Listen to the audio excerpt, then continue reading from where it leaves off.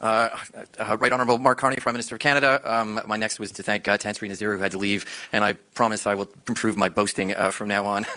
Distinguished guests, it's my great pleasure on behalf of the Canada. Breaking news out of Ottawa is forcing policymakers in Washington to reassess some long-held assumptions about leverage in a modern trade war. What began as a familiar tariff dispute between the United States and its largest trading partner is now evolving into something far more consequential for the global economy.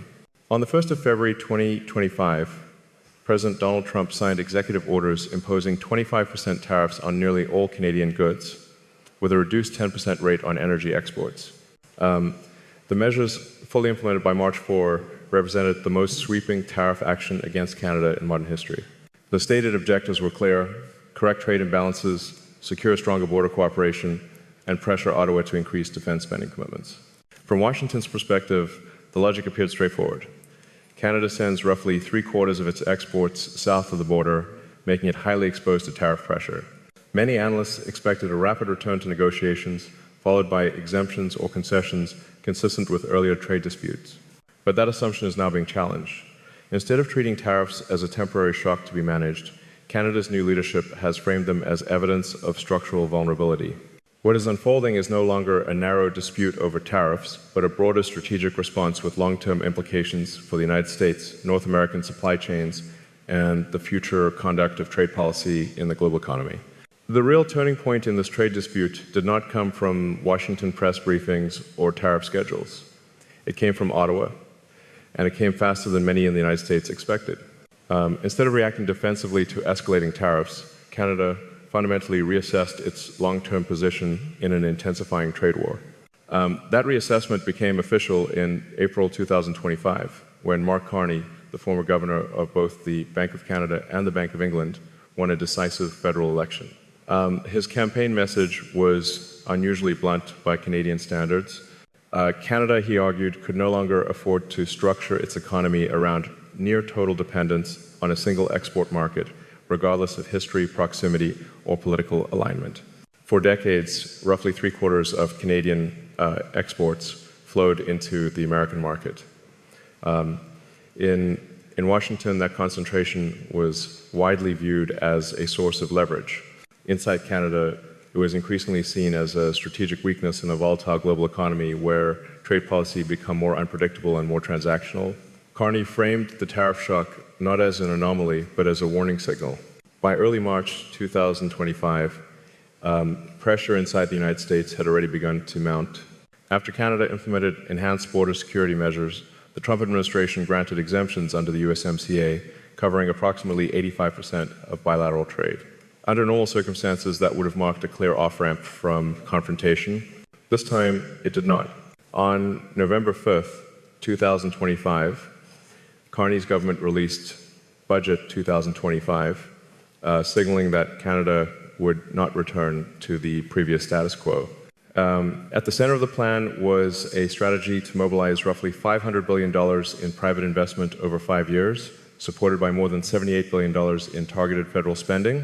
The explicit objective was to reduce reliance on the United States market to below 60% of total exports within a decade. This was not framed as retaliation. It was framed as risk management. Canadian policymakers concluded that if tariffs could be imposed so broadly despite formal agreements, then exemptions alone could never guarantee economic security. Structural diversification, not negotiation, became the priority. For Washington, this was the first clear sign that tariffs were no longer functioning as leverage. Instead, they had supplied the political justification for a transformation that had long been discussed but rarely attempted. And as the next phase reveals, the economic consequences of that decision would begin to show up not in speeches, but in factories, farms, and quarterly earnings reports on both sides of the border. Stay with us, because the next section exposes the first hard numbers that reveal who is already winning and who is quietly paying the price. The immediate expectation in Washington was that Canadian industries would buckle under the weight of tariffs and push their government back toward negotiations. In the short term, that assumption appeared reasonable. The first months after the tariffs took effect were disruptive, particularly for export-oriented manufacturing sectors concentrated in Ontario and Quebec. Steel producers, auto parts suppliers, and forestry companies faced sudden cost increases at the border and the risk of losing long-established American customers. Yet the policy response from Ottawa altered the trajectory far more quickly than many analysts anticipated.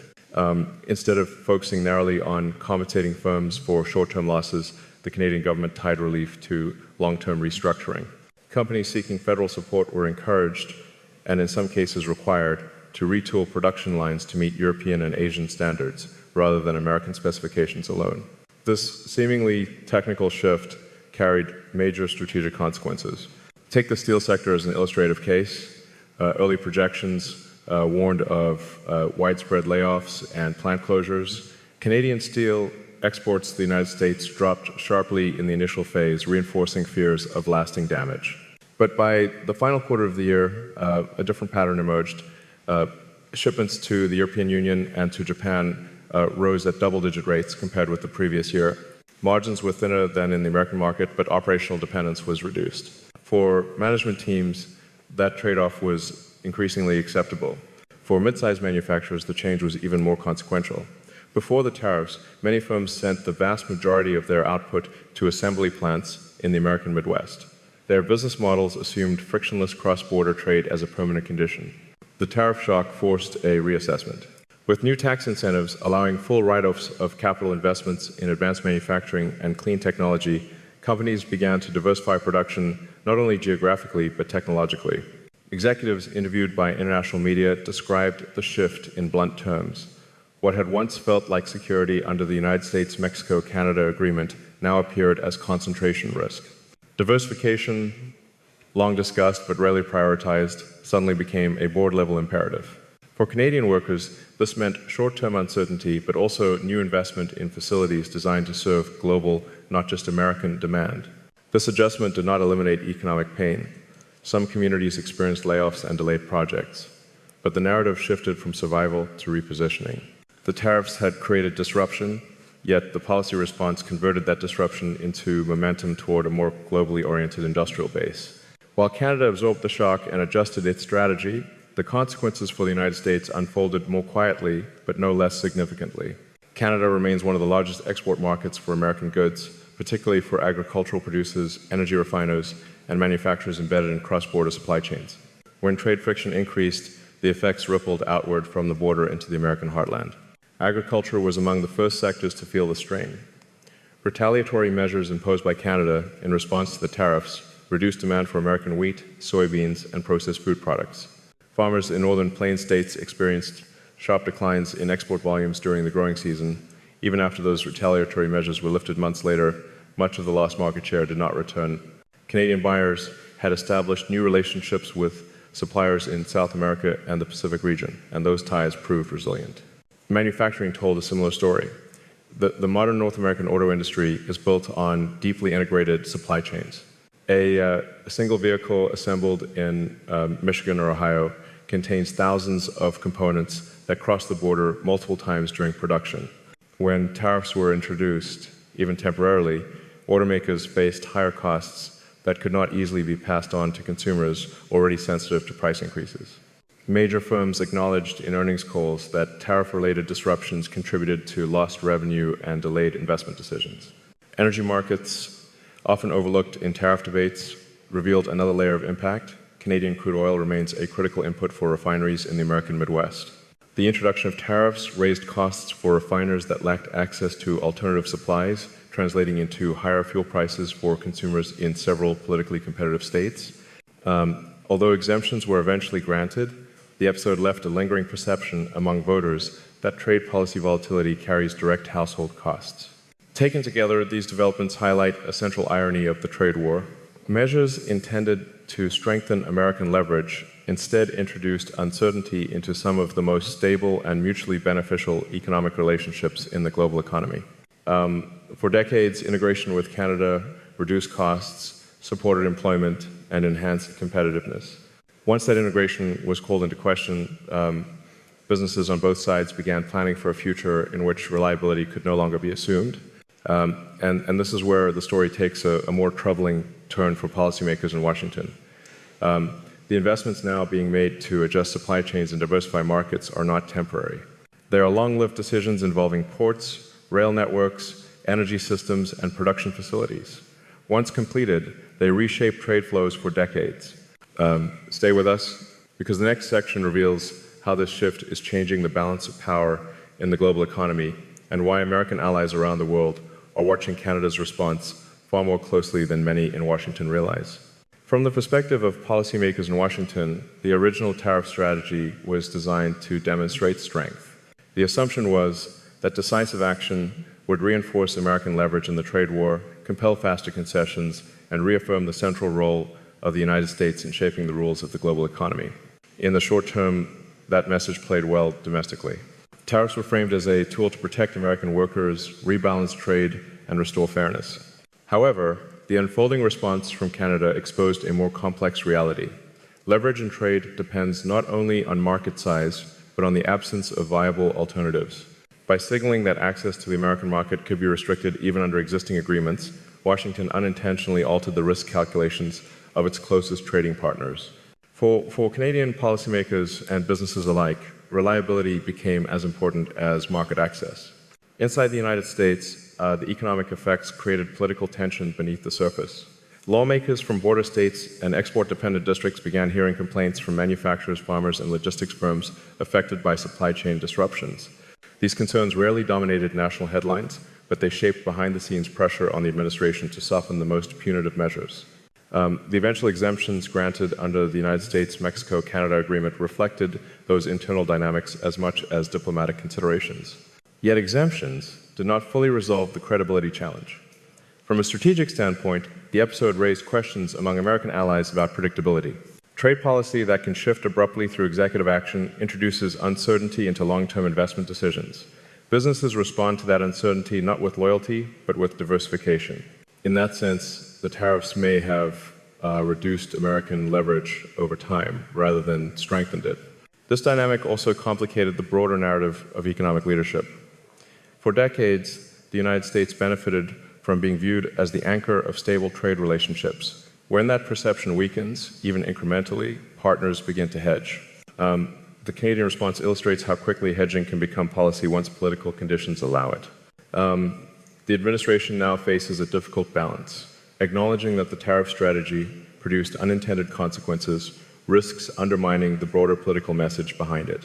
At the same time, ignoring those consequences allows structural changes to continue unchecked.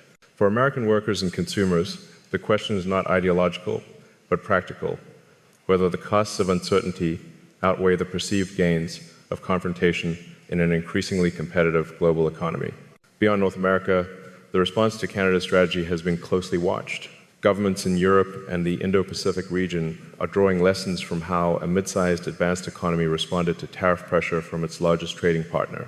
The key takeaway is not confrontation, but optionality. European policymakers, already concerned about supply chain resilience after recent global disruptions, have noted how Canada used the crisis to accelerate investments that were previously stalled by political hesitation.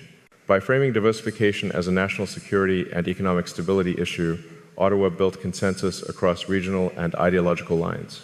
That approach resonates in countries facing similar dilemmas about dependence on a limited number of major markets. In Asia, interest has been particularly strong. Economies such as Japan and South Korea have long balanced close security ties with the United States against the need for diversified trade relationships. Canada's experience suggests that even close allies can justify structural diversification without framing it as a break in partnership. Instead, it can be presented as insurance against volatility. Trade economists have also highlighted the historical parallels. When major economies use tariffs aggressively, trading partners rarely respond passively. They adapt. In previous eras, such adaptations reshaped global trade networks in ways that lasted for decades. What makes the current moment distinctive is the speed at which capital, technology, and logistics can be reallocated once political constraints are lifted. For the global economy, the implications are significant. If more countries follow Canada's example, the result may be a gradual fragmentation of trade flows, with less reliance on any single market, including the United States. Such a shift does not imply isolation, but it does suggest a world where influence is distributed more evenly and where leverage is harder to maintain through tariffs alone. For Washington, this raises a strategic question that extends far beyond Canada. Is the objective of trade policy to extract short-term concessions or to preserve long-term leadership within a network of trusted partners? The answer will shape not only upcoming negotiations, but the structure of global commerce for years to come. And this leads directly to the next and most consequential phase of the story. The review of the United States-Mexico-Canada agreement is approaching, and the assumptions that underpinned past negotiations no longer apply. Stay with us, because the next section reveals why the upcoming trade agreement review could deliver a shock that even seasoned negotiators in Washington may not be prepared for. By late 2025, the debate was no longer centered on tariffs alone. The conversation had shifted to strategy. In Ottawa, policymakers spoke openly about resilience, optionality, and long-term sovereignty in trade decisions. In Washington, officials faced a more uncomfortable question: whether the use of tariffs had altered the structure of North American trade in ways that could not easily be reversed. At the center of this discussion lies the upcoming review of the United States-Mexico-Canada agreement, scheduled for mid-2026. When the agreement was negotiated, it rested on an assumption of deep mutual dependence. Canada relied heavily on the American market. The United States relied on integrated supply chains that reduced costs and supported competitiveness. That balance shaped leverage on both sides. The Canadian strategy now seeks to rebalance that equation. Investments in ports on the Atlantic and Pacific coasts, expanded rail corridors, clean energy grids, and digital infrastructure are not tactical adjustments. They are structural commitments. Once completed, they reduce the economic penalty Canada would face if access to the American market were disrupted again. That does not mean disengagement. It means negotiation without urgency. For Washington, this alters the negotiating environment, fundamentally. Leverage works best when alternatives are scarce. As alternatives become viable, leverage weakens. In the context of a trade war, this is a critical distinction. Tariffs can impose costs, but they can also accelerate the development of competing pathways. Over time, the balance shifts from pressure to adaptation. This dynamic presents a strategic dilemma for the United States. On one hand, demonstrating toughness through tariffs appeals to domestic political narratives. On the other, sustaining leadership in the global economy has historically depended on predictability and trust. When partners believe that rules may change abruptly, they respond rationally by reducing exposure. The Canadian case illustrates how quickly such responses can move from theory to policy. What had once been politically difficult industrial and trade reforms became feasible once framed as a response to external risk. In that sense, the trade war did not weaken Canada's resolve. It clarified it. The long-term risks for the United States are not confined to one bilateral relationship. Allies and partners across Europe and Asia are watching closely. Many share similar characteristics with Canada: advanced economies, strong institutions, and political systems capable of mobilizing consensus when external pressure intensifies. If they draw the lesson that diversification is both necessary and achievable, the cumulative effect could reshape the global economy. This does not imply a sudden collapse of American trade influence. The United States remains the world's largest consumer market and a central node in global finance. But influence is not binary. It can erode gradually as trade flows diversify and as investment decisions prioritize redundancy over efficiency. For American workers and firms, that erosion may appear first as missed opportunities rather than dramatic losses. There are also domestic implications. Sectors that have benefited for decades from seamless trade with Canada, including agriculture, manufacturing, and energy, depend on stability as much as access. When policy uncertainty rises, investment slows. When investment slows, productivity gains diminish. These effects accumulate quietly, often outside the political spotlight. Yet, this moment also presents an opportunity. Trade policy does not have to rely exclusively on tariffs to assert national interests. Clear rules, enforceable standards, and cooperative frameworks can reinforce leadership while addressing legitimate concerns about security and fairness. The question is whether future policy choices will prioritize short-term pressure or long-term alignment. In the context of the ongoing trade war, the Canadian response offers a revealing case study. It shows how tariffs can trigger strategic change rather than submission. It also highlights the limits of leverage when partners possess the capacity to adapt. For policymakers in Washington, the lesson is not that tariffs never work, but that they carry consequences beyond their immediate targets. As the review of North American trade arrangements approaches, the stakes are higher than they appear.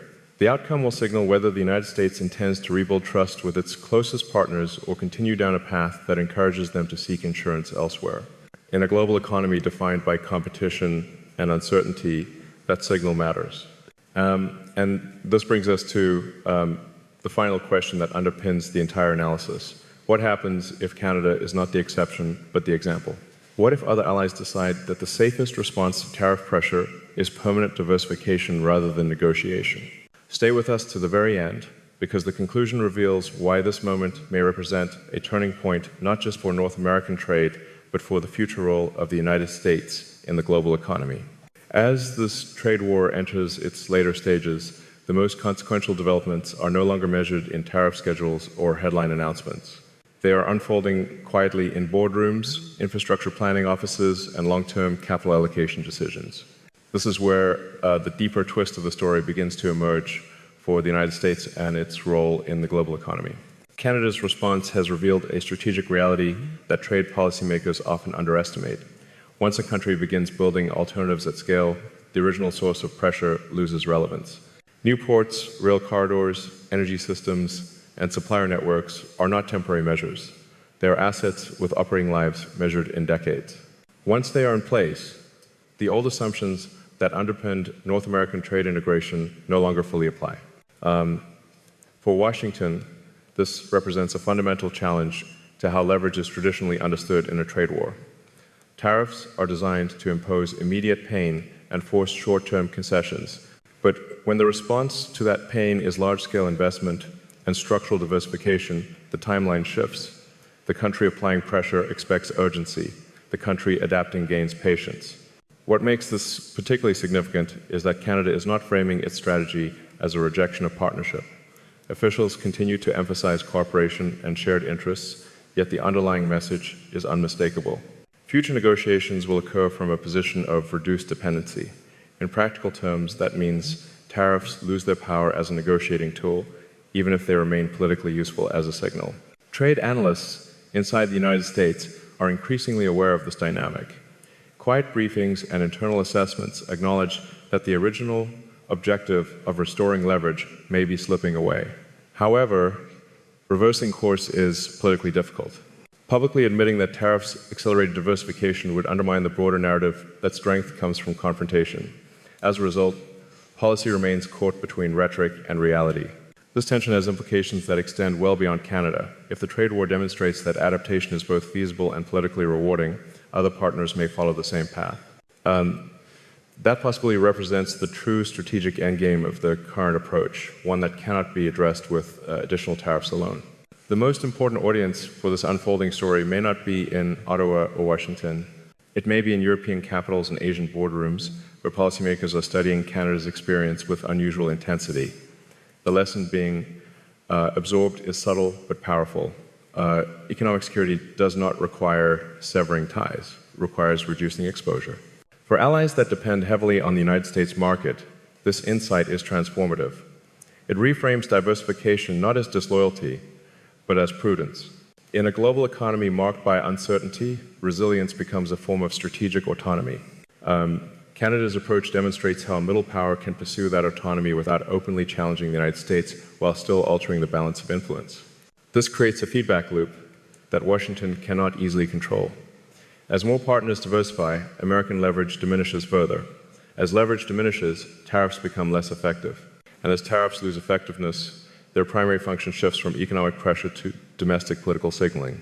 That shift may satisfy short-term narratives, but it carries long-term costs for leadership and trust. For American workers and businesses, the implications are indirect but real. Influence in the global economy shapes where factories are built, where research dollars flow, and which supply chains are prioritized. When influence erodes gradually, the losses are often invisible until they become entrenched. By then, reversing course is far more difficult. This is where the hidden twist becomes unavoidable. The trade war was framed as a test of strength between nations. In reality, it has become a test of adaptability. Canada adapted quickly. The question now is whether the United States will adapt as well. or whether it will continue to rely on tools whose effectiveness is quietly fading. Because the final shock is not about Canada pulling away. It is about the possibility that Canada is simply the first to move. If that is the case, the real consequences of this trade war are still ahead. Stay with us for the conclusion, because the final section reveals why this moment could redefine what leadership means for the United States in the global economy and why the outcome may surprise even the most seasoned observers. As we step back from the headlines, one conclusion becomes increasingly difficult to ignore. What began as a familiar escalation in a trade war has evolved into a broader test of leadership, credibility, and strategic foresight in the global economy. The use of tariffs was intended to reinforce leverage for the United States. Instead, it triggered a reassessment by a close ally that may permanently reshape how economic power is distributed. Canada's response shows that modern trade conflicts are no longer only about winning exemptions or short-term concessions. They are about reducing vulnerability, building alternatives, and preparing for a future in which reliability matters as much as access. Once that shift occurs, traditional pressure tools lose much of their force. Leverage fades quietly, not dramatically, as partners adapt rather than submit. For American workers, businesses, and consumers, the stakes extend far beyond one bilateral dispute. Trade policy influences prices at the grocery store, stability in manufacturing jobs, and the long-term competitiveness of entire regions. The choices made today will echo for decades, shaping where investment flows and which economies set the rules. So the question remains unresolved, and it is one that deserves serious reflection. Is this a bold strategy or a risky mistake for the United States in an increasingly fragmented global economy? If you value analysis grounded in data, strategy, and real-world impact, subscribe for more fact-based global trade analysis. And stay with us, because the next global trade shock may already be forming out of sight, but not out of consequence.